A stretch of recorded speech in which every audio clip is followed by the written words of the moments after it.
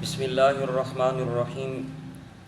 وعن ابی ہریرہ رضی اللہ تعالی عنہ قال قال رسول اللہ صلی اللہ علیہ وسلم والذی نفس محمد بیدہ لا یسمع بی احد من هذه الامة یہودی ولا نصرانی ثم يموت ولم يؤمن بالذی ارسلت به الا كان من اصحاب النار رواہ مسلم۔ آج ہمارا تیسرا سبق ہے۔ یہ حدیث پاک جو میں نے آپ کے سامنے تلاوت کی ہے، اس کے راوی حضرت سیدنا ابو ہریرہ رضی اللہ تعالی عنہ عظیم صحابی ہیں۔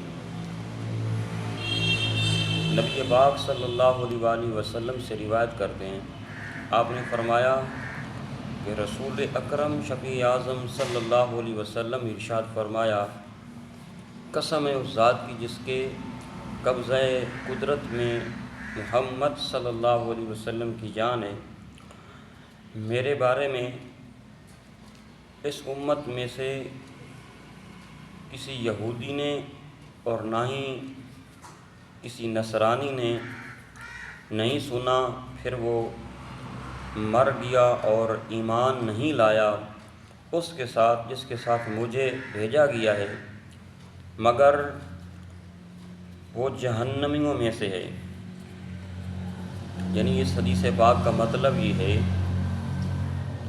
کہ رسول اللہ صلی اللہ علیہ وسلم ارشاد فرماتے ہیں کہ اس امت میں سے کسی یہودی اور نصرانی نے، جس نے بھی میرے بارے میں سنا لیکن وہ مجھ پر ایمان نہیں لایا، اور جس کے ساتھ مجھے بھیجا گیا، یعنی حضور قرآن لے کر آئے اور پھر سرکار کو اللہ نے شانیں عطا فرمائیں۔ حدیث پاک کا مطلب یہ ہے کہ اس یہودی اور نصرانی نے نبی پاک صلی اللہ علیہ وسلم پر ایمان نہیں لایا، وہ یہودی اور نصرانی اس نے نبی پاک صلی اللہ علیہ وآلہ وسلم کی نبوت اور رسالت کو تسلیم نہیں کیا، آپ کی ذات پر ایمان نہیں لایا، تو وہ جہنمی ہے۔ کیونکہ امت کی دو قسمیں، ایک امت اجابت ہے اور ایک امت دعوت ہے۔ تو اس وقت روئے زمین پر جتنے بھی لوگ رہتے ہیں وہ سارے امت دعوت میں بھی شامل ہیں، لیکن جس نے نبی پاک صلی اللہ علیہ وسلم کا کلمہ پڑھ لیا، آپ کی نبوت اور رسالت کو مانا، آپ کی شانوں کو تسلیم کیا، تو وہ امت اجابت میں داخل ہو گیا۔ تو حدیث پاک کا مطلب یہ ہوا کہ یہودی اور نصرانی یعنی غیر مسلم جس نے بھی نبی پاک صلی اللہ علیہ وسلم کے بارے میں سنا لیکن سرکار پر ایمان نہیں لایا، تو وہ جہنمی ہے۔ اگلی حدیث پاک وعن ابی موسیٰ الاشعری رضی اللہ تعالی عنہ قال قال رسول اللہ صلی اللہ علیہ وسلم ثلاثۃ لہم اجران رجل من اہل الکتاب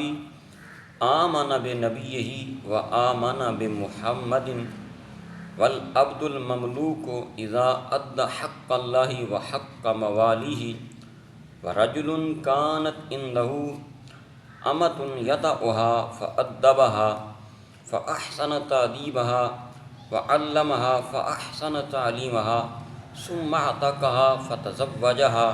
فله اجران متفق علیہ۔ یعنی یہ حدیث پاک بخاری اور مسلم دونوں میں موجود ہے۔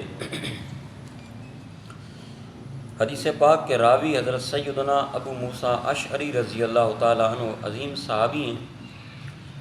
آپ روایت کرتے ہیں، آپ نے فرمایا کہ رسول اکرم شفیع اعظم صلی اللہ علیہ وسلم نے ارشاد فرمایا، تین بندے ایسے ہیں کہ ان کے لیے دوہرا اجر ہے۔ فرمایا رجل من اہل الکتاب آمن بنبیہ و آمن بمحمد، کہ ایک وہ بندہ جو اہل کتاب میں سے جو اپنے نبی پر بھی ایمان لایا اور محمد صلی اللہ علیہ وسلم پر بھی ایمان لایا،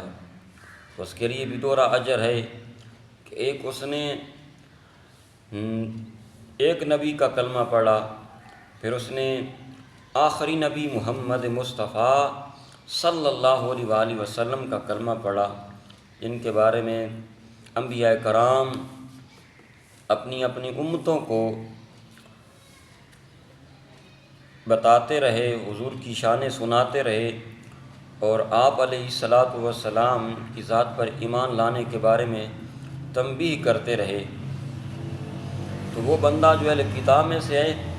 ایک تو وہ اپنے نبی پر ایمان لایا اور دوسرا محمد صلی اللہ علیہ وسلم پر ایمان لایا، اس کے لیے بھی دوہرا اجر ہے۔ جیسے موسیٰ علیہ الصلاۃ والسلام کا امتی یا عیسیٰ علیہ الصلاۃ والسلام کا امتی، تو اس نے موسیٰ علیہ السلام کا بھی کلمہ پڑھا، عیسیٰ علیہ الصلاۃ والسلام کا بھی، یعنی عیسیٰ علیہ الصلاۃ والسلام کا امتی، اس نے عیسیٰ علیہ الصلاۃ والسلام کی نبوت اور رسالت کو بھی مانا، ان کا کلمہ پڑھا۔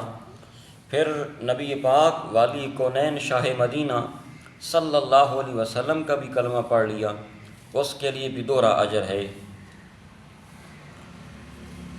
والعبد المملوک اذا ادى حق اللہ وحق موالیہ، اور دوسرا وہ غلام کہ جس نے اللہ خالق کائنات جل ذکرہ وعز اسمہ کا حق بھی ادا کیا اور اپنے آقا کا حق بھی دیا، اس کے لیے بھی دوہرا اجر ہے۔ کہ ایک تو وہ یعنی غلام جب اللہ کی عبادت کا ٹائم ہوتا تو وہ اللہ خالق کی کائنات کی عبادت بھی کرتا تھا، اور جس بندے کے ماتحت تھا، جس بندے کا وہ غلام تھا، اس کے کام کاج بھی کیے، تو اس کو اس مشقت پر، اس محنت پر اللہ تعالیٰ دوہرا اجر عطا فرمائے گا۔ وَرَجُلٌ كَانَتْ عِنْدَهُ أَمَةٌ، اور ایک وہ بندہ جس کی ملکیت میں ایک لونڈی تھی، يَطَأُهَا، اس نے اس کے ساتھ وطی کی، فَأَدَّبَهَا فَأَحْسَنَ تَأْدِيبَهَا، بس اس کو ادب سکھایا اور اچھا ادب سکھایا، وَعَلَّمَهَا، اس کو تعلیم دی، فَأَحْسَنَ تَعْلِيمَهَا، اور اچھی تعلیم دی، ثُمَّ اعْتَقَهَا، پھر اس کو آزاد کر دیا، فَتَزَوَّجَهَا، پھر اس کے ساتھ نکاح کر لیا، فَلَهُ أَجْرَانِ، اس کے لیے بھی دوہرا اجر ہے، کیونکہ ایک اس نے یعنی انسانیت کی جو ہے انسانیت کی تذلیل نہیں کی، بلکہ اس کے ساتھ اچھا سلوک کیا ہے، اس کی تعظیم کیا ہے، تو اس پر اس کو دوہرا اجر اللہ خالق کے دو جہاں عطا فرمائے گا۔ ایک لونڈی جو اس کے ملکیت میں تھی، اس نے اس کے ساتھ وطی کی، جو زر خرید پہلے زمانے میں، آج تو وہ زمانہ نہیں رہا، پہلے زمانے میں جو غلام ہوتے تھے بعض اوقات وہ زر خرید بھی ہوتے تھے، یعنی کوئی خرید کر اپنا بنا لیتا، پھر اس کے ساتھ جس طرح کا رویہ رکھتا، اس لیے فرمایا کہ رجل کانت عندہ امۃ، ایک وہ بندہ جس کے ملک میں، جس کی ملکیت میں ایک لونڈی تھی، اس نے اس کے ساتھ وطی کی، پھر اس کو ادب سکھایا اور اچھا ادب سکھایا، تعلیم دی تو اچھی تعلیم دی، پھر اس کو آزاد کر دیا، پھر اس کے ساتھ شادی کر لی، تو اس کے لیے بھی دوہرا اجر ہے۔ اللہ تعالیٰ جل ذکرہ ہمیں احادیث مبارکہ کے فیضان کو حاصل کرنے کی توفیق عطا فرمائے، اور احادیث مبارکہ کے فیضان سے ہمیں اپنے قلوب و اذہان کو منور کرنے کی توفیق عطا فرمائے، اور احادیث مبارکہ کریم آقا صلی اللہ علیہ وسلم کی تعلیمات کے مطابق زندگی گزارنے کی توفیق عطا فرمائے۔